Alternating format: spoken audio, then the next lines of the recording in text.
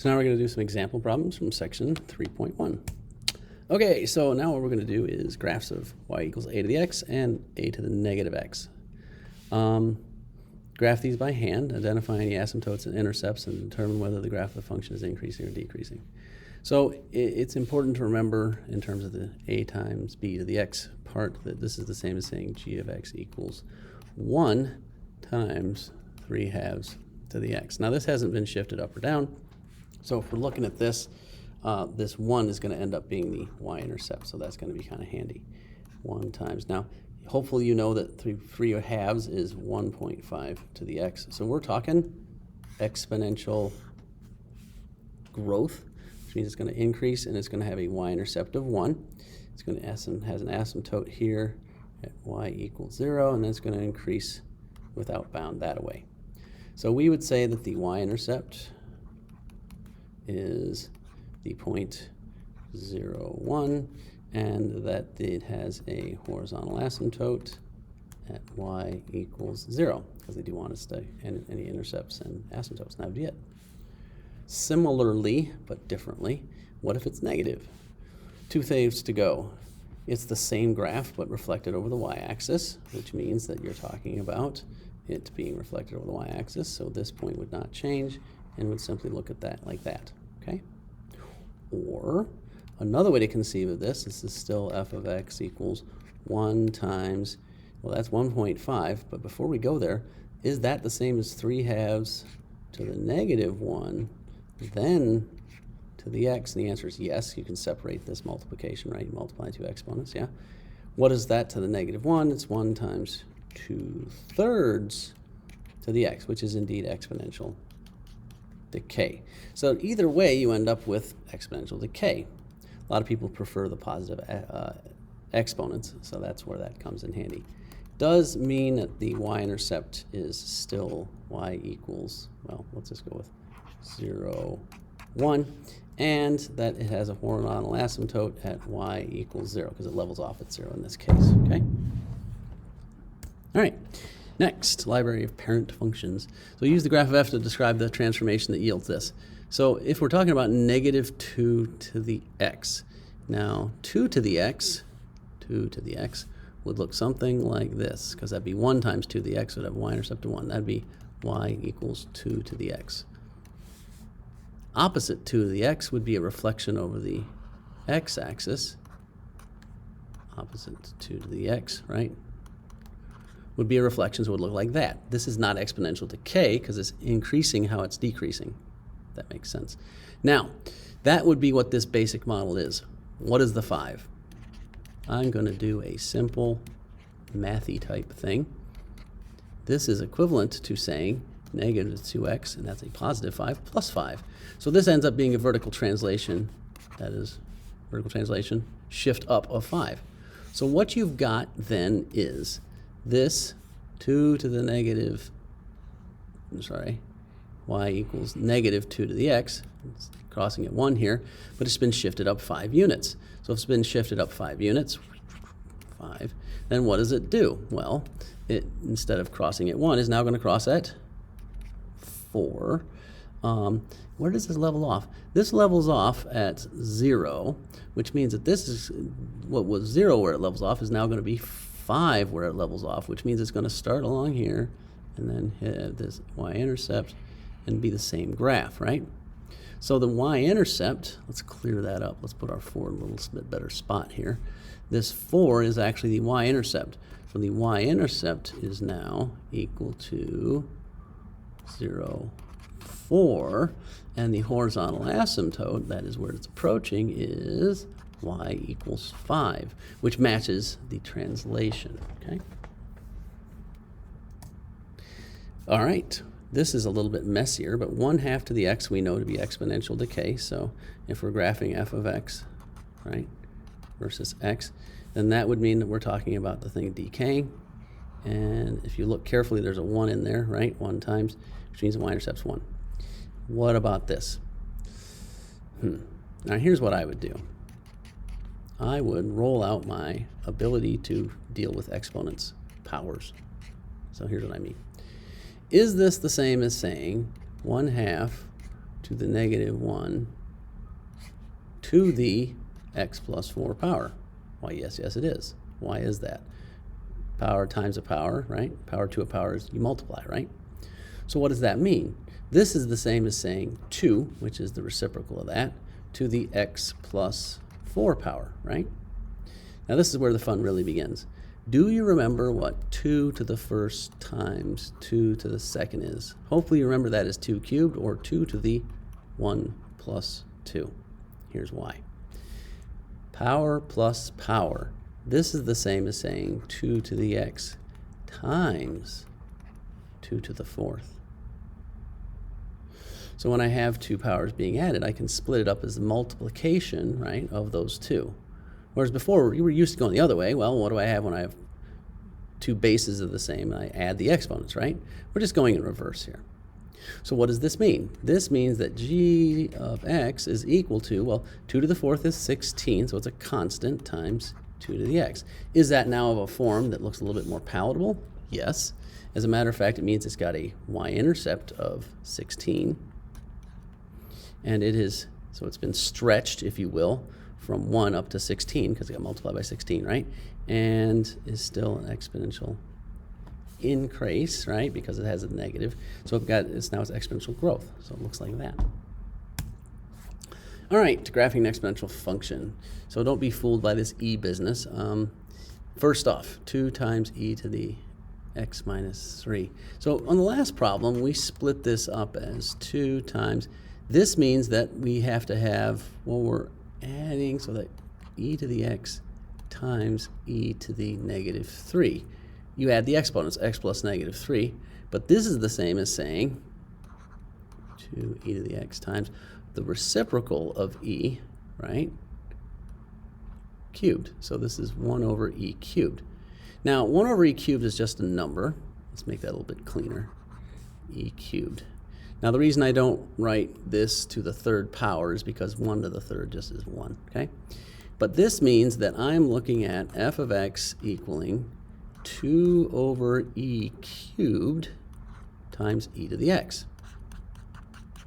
Now, it's important to remember that e is approximately equal to 2.718. It's a good thing to remember because that means that this is exponential growth, right, as the most basic thing. And this is going to be 2 divided by 2 cubed, 3 cubed, so 2 divided by 27, some decimal, right? As a matter of fact, that's going to be the y-intercept. Now, I'm going to be putting some funny labels on here, so brace yourselves.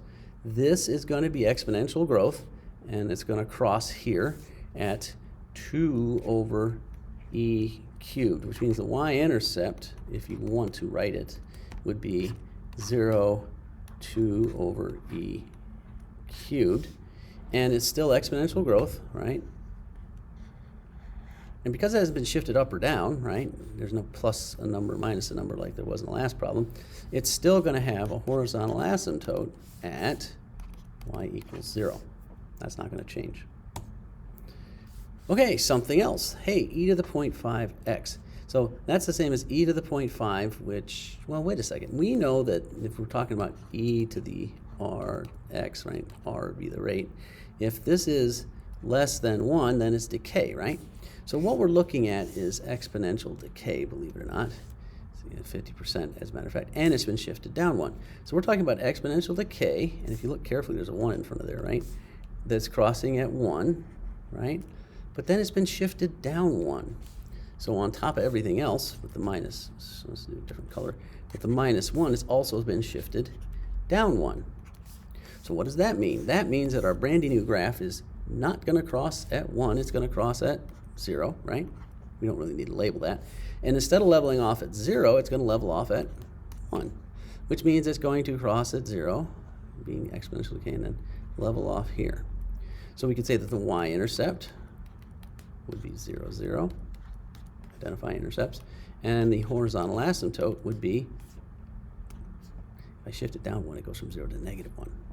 Be careful, right?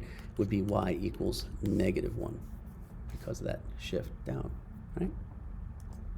Okay, compound interest. So now we're going to run this formula at you a whole bunch of times.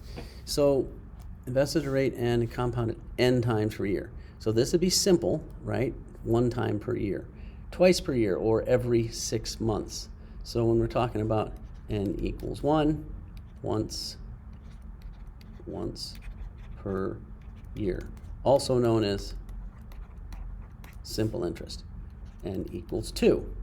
That would mean every 6 months, n equals 4. Well, we've seen that one before. That's quarterly. And then n equals 12. That's monthly. 12 months in a year. Everyone hopefully knows that. And n equals 365. That'd be daily. So what we're going to do is take our 3%, aka 0.03. That's our R. And so that must be our APR, right? So APR. Love how this codes. And they want, after 40 years, how much you've got. So we're actually just plugging in a value. So I'll just do the setup for these different equations. So for the first one, for n equals 1, it's going to be, well, A is going to equal, and I'm not actually going to run the numbers. You guys can run the numbers yourself. $2,500, that's your A naught, right? So 2,500 times 1.03 to the 40th. That's it. And that would go in, that is for n equals 1, right? And if you want to compound it quarterly, it would be every 6 months, 2,500 times 1 plus 0.03 split 2 ways, and then raised to the 2 times 40, meaning how many 6-month time periods are there in 40 years? Why, there's 80, right? Each year has 2 6-month time periods. 2,500 times 1 plus 0.03 split 4 ways, and we're doing that 4 times per year, so 4 times 40, or a total of 160 times. And the math just gets more fun. If we do this monthly, and this is why Desmos is so handy, because these equations are so complex, but you can type it in Desmos in a way where it matches this, right? And I agree, I haven't actually done continuously, but it turns out it's the easiest one of all. So I'm taking my 0.03, I'm splitting it 365 ways, but I'm doing that 365 times 40, that is for 40 years, right? So our daily interest, 365. For continuous, don't you wish you could get continuous interest, because that's better? A would equal 2,500 times e to the 0.03 to the 40th power, or 0.03 times 40, either way works, okay? And then you'd be able to fill in your little blanks there, but pretty straightforward, okay? Just run in the formula. All right, radioactive decay. Q represents a mass in grams of radioactive radium whose half-life is 1,600 years. So it takes a while for half of it to transmogrify into something else. Think Kelvin and Hobbes, right? Quantity of radium present after T years is given by this equation. So that means determine the initial quantity when T equals 0. Remember, in general, we've used A equals A naught times 1/2 to the T over K, right? What's the initial quantity? That would be your A naught, which would be 25. Do we have any units? Grams. 25 grams. Well, that was almost tough. B. Determine the quantity present after 1,000 years. So Q would equal 25 times 1/2. Now this is 1,600 years, right? That's 1,600 in years. So we just put 1,000 over 1,600, and we'll get a number, right? I hope we get a number, and that would be in grams that we'd have left.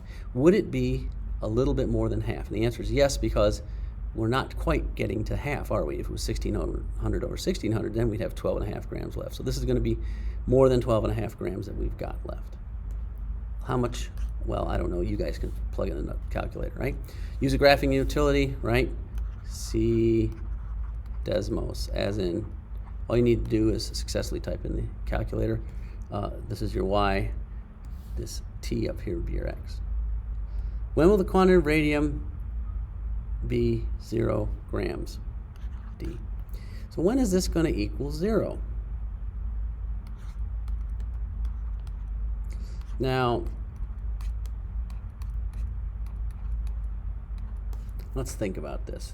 I'm going to take 25 and I multiply it by 1/2 over and over again until I get 0. Wait, this never happens. There will always be a little bit